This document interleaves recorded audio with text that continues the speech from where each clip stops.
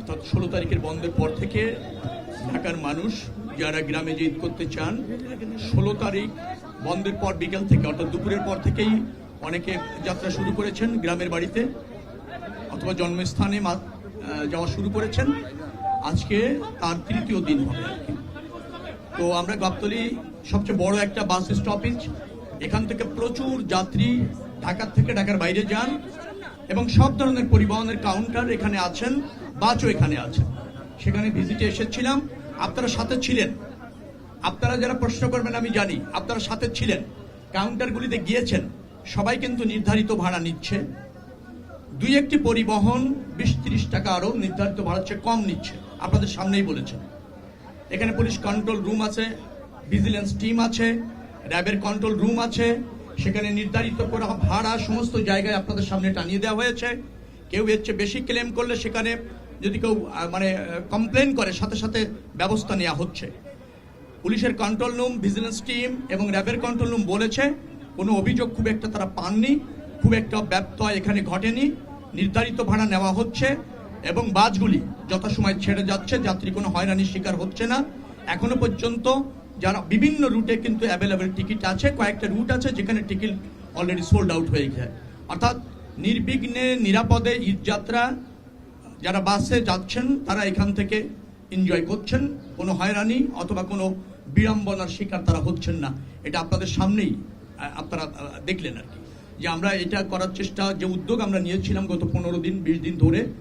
এখানে আমাদের পরিবহন সেক্টরের না শুধু সরকারেরও একজন গুরুত্বপূর্ণ মেম্বার অফ পার্লামেন্ট, নির্ধারক, বিশেষ করে পরিবহন সেক্টরটা যিনি খুব চমৎকারভাবে শৃঙ্খলার মাধ্যমে অতীতে রেখেছেন, এখনো রাখছেন, শামসুর রহমান শিমুল বিশ্বাস, তিনিও এখানে উপস্থিত আছেন। এবং এখানে বাগমালী সমিতির যারা আছেন তারাও উপস্থিত আছেন এবং তারা আমাদের ডিজায়ারটা জানেন, সরকারের ডিজায়ারটা জানেন, তারা সহযোগিতা করছেন। শ্রমিক সংগঠনের নেতারাও আছে, তারা সহযোগিতা করছেন। অর্থাৎ ভাড়া বৃদ্ধি, অতিরিক্ত নেওয়ার কোনো নিদর্শন আমি এখানে পেলাম না এবং আপনাদের সামনেই সেটা পেলাম না, আপনাদের সামনেই। এবং যে সমস্ত টিম আছে তারাও বলছে যে না, এখানে ভাড়া বেশি নেওয়া হয়নি, যাত্রীদের কোনো অভিযোগ নেই। শৃঙ্খলার সাথে এই বাস স্ট্যান্ড থেকে যাত্রীরা ঢাকার বাইরে যেতে সক্ষম হয়েছে বাস পরিবহনের মাধ্যমে।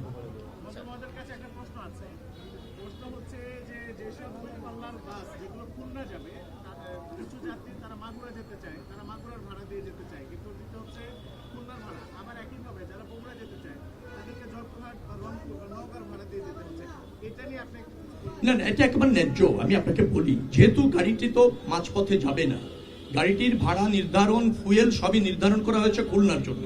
তার যে কস্টিং বা তার ব্যয়, খুলনা যাওয়ার ব্যয় নির্ধারণ করে ভাড়াটা নির্ধারণ করেছে। এখন যে গাড়িটি খুলনা যাবে, আপনি যদি মাঝপথে নেমে যান, নেমে যদি অর্ধেক ভাড়া দিতে চান, তাহলে ওই যে অর্ধেক ভাড়া বিবেচনা করে ভাড়া নির্ধারণটা হয়নি। যেহেতু তার রুটটা হচ্ছে গাবতলী থেকে সরাসরি খুলনা, তার ব্যয়টাও খুলনাগামী একটা গাড়ির জন্য যা থাকে, যার ফলে টিকিটেও তাকে সেই ভাড়াটা নিতে হচ্ছে। অনেক সময় অনেক যাত্রী তার যে গন্তব্য, সেখানে যাওয়ার পথে যে মাঝপথে গন্তব্য, সেখানে হয়তো অ্যাভেলেবেল টিকিট না থাকার ফলে অথবা অ্যাভেলেবেল বাস না থাকার ফলে তিনি হয়তো স্বেচ্ছায় ওই গন্তব্যে যাওয়ার জন্য ওই টিকিটটা কেটেছেন। নতুন রিন গভীর থেকে পরিষ্কার করে কাপড়কে রাখে নতুনের মতো উজ্জ্বল। নতুন রিন অ্যাডভান্সড পাউডার। আমি আগেই বলেছি 15 তারিখ রাত 11টা থেকে গণপরিবহনে পর্যাপ্ত ফুয়েল দেওয়া হচ্ছে। আপনি একটা পরিসংখ্যান দেখলে বুঝবেন, যমুনা সেতুতে যা নিয়মিতভাবে যান চলাচল করে তার চেয়ে 32,000 গাড়ি কালকে বেশি গিয়েছে। 32,000 বেশি গিয়েছে নিয়মিত যাওয়ার চেয়ে। তো তারা তো সব অ্যাভেলেবেল ফুয়েল পেয়েছে। এই যে রাস্তায় আপনারা দেখছেন লাখ লাখ গাড়ি চলাচল করছে, সবই তো ফুয়েল পাচ্ছে। তো ফুয়েল 15 তারিখ রাত থেকে গণপরিবহনে অ্যাভেলেবেল আছে। আমি এখনো পর্যন্ত ফুয়েল নিয়ে কোনো কমপ্লেন পাচ্ছি না।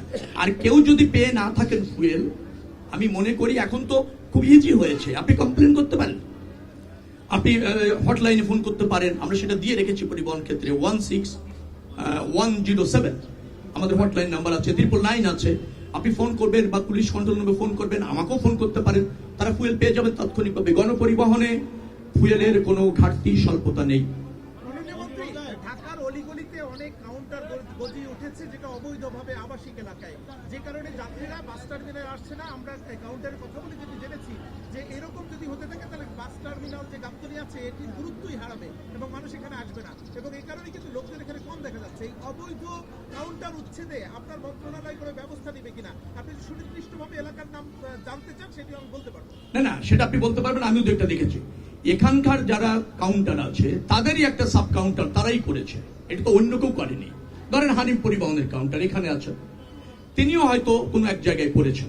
অর্থাৎ এই অভিযোগ যেটা আছে, যাত্রীরা অনেক সময় তার কাছাকাছি জায়গা থেকে টিকিট নিতে চায়, আমাদের এটা ন্যাশনাল প্রবণতা এরকম আছে। তারপরও আমি বিশ্বাস করি যে এটা শৃঙ্খলার জন্য কাউন্টারটা এখানে নিয়ে আসাটা বেটার। তো আমরা এই ধরনের কাউন্টার যেগুলি আছে পরবর্তীতে চিন্তা করব এবং মালিকদেরকে অনুরোধ করব যে তাদের কাউন্টার যত্র তত্র অলিতে গলিতে যে কোনো আবাসিক এলাকায় অথবা কমার্শিয়াল এরিয়ার মধ্যে না রেখে বাস কাউন্টারে তারা কাউন্টারগুলির জন্য নিয়ে আসে। তাদের একটা সময় আমরা বেঁধে দেবো এই আপনার ঈদের পর, এবং এটা আমরা এর পরবর্তীতে খুব স্ট্রংলি মনিটরিং করব। কিন্তু শিফট করার একটা সময় তো তাদেরকে দিতে হবে। আপনারা দূরপাল্লার বাস নিয়ে কথা বলছেন, কিন্তু ঢাকার যে লোকাল বাস এই মুহূর্তে তারা ভাড়া বাড়িয়ে নিচ্ছে, 100 টাকার নিচে লোকাল বাসে নিচ্ছে না, বা যাত্রী কাছাকাছি হলে তুলছে না, এগুলো মনিটরিং কোন লোকাল বাস নিচ্ছে না প্লিজ একটা কমপ্লেন আমাকে দেন নির্দিষ্টভাবে যে এই পরিবহনের এই রুটের এই গাড়িটি অথবা এই কোম্পানির এই গাড়িটি। ডেফিনেটলি আপনারা কমপ্লেন করেন, কমপ্লেনের জন্য আমরা সার্বক্ষণিক টিম রেখেছি। এখন দেখেন চলার পথে অনেকে অনেক সময় এই চাপের কারণে সুবিধা নেওয়ার চেষ্টা করে। যেমন আমি বললে আপনি বুঝবেন, কালকে নবীনগর এবং আপনার এই বাইপাইলে দুটি পরিবহন তারা 100 টাকা বেশি নেওয়ার চেষ্টা করতেছে। যাত্রী কমপ্লেন করেছে, সাথে সাথে সেখানে মোবাইল টিম গিয়ে তাদেরকে 10,000 টাকা ফাইন করেছে। এবং এটাই যথেষ্ট নয়, ঈদের পরে আমরা আরো বেশি অ্যাকশনে যাব, কেন তারা এই ব্যবসায় ঘটাতে চাইলো।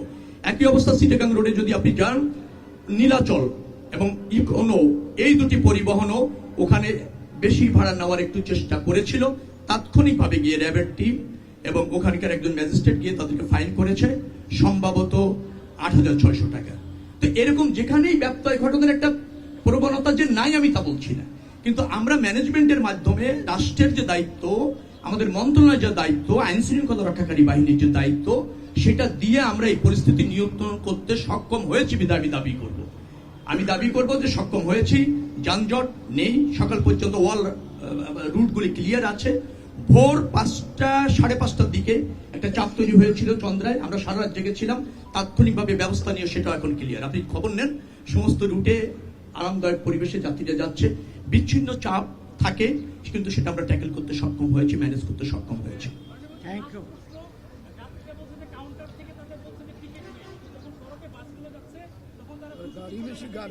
সেরকম নেই, আমি বলি এটাও আমি একটু জানিয়ে রাখি আপনাকে, কোন সময় ফিরতি গাড়ি যাত্রীর চাপে কাউন্টারে সে আসতে পারছে না। ধরেন এই গাবতলীতে আসবে, তো হিমায়তপুরের ওখানে এই যাত্রীরা সেই গাড়িতে উঠে পড়েছে, তাকে যেতেই হবে। তখন এরকম ভাবে অনেক গাড়ি গিয়েছে, যাত্রীর চাপে যাত্রীরা উঠে পড়েছে, সেই রুটে চলে গিয়েছে। যাত্রীরা জানে ওই গাড়িটা কোন রুটে যায়, তারা জানে, তাদের জানা গাড়িতে উঠে পড়েছে, তখন এরকম ভাবে গিয়েছে। সেখানেও কিন্তু ওইভাবে যাত্রী উঠার পর 200-100 টাকা বেশি নেওয়ার চেষ্টা হয়েছে অথবা নিয়েছে, এটাও সত্য। কিন্তু তখন ওই মাঝপথের থেকে এভাবে উঠে গেলে আমাদের মনিটরিং করতে অসুবিধা হয়। কমপ্লেন যেগুলি পেয়েছি এখন অ্যাকশন নিচ্ছি, যেগুলি এখন অ্যাকশন নিতে পারছি না ঈদের পরে অ্যাকশন হবে যারা ব্যত্যয় ঘটানোর চেষ্টা করেছে। ধন্যবাদ সবাইকে।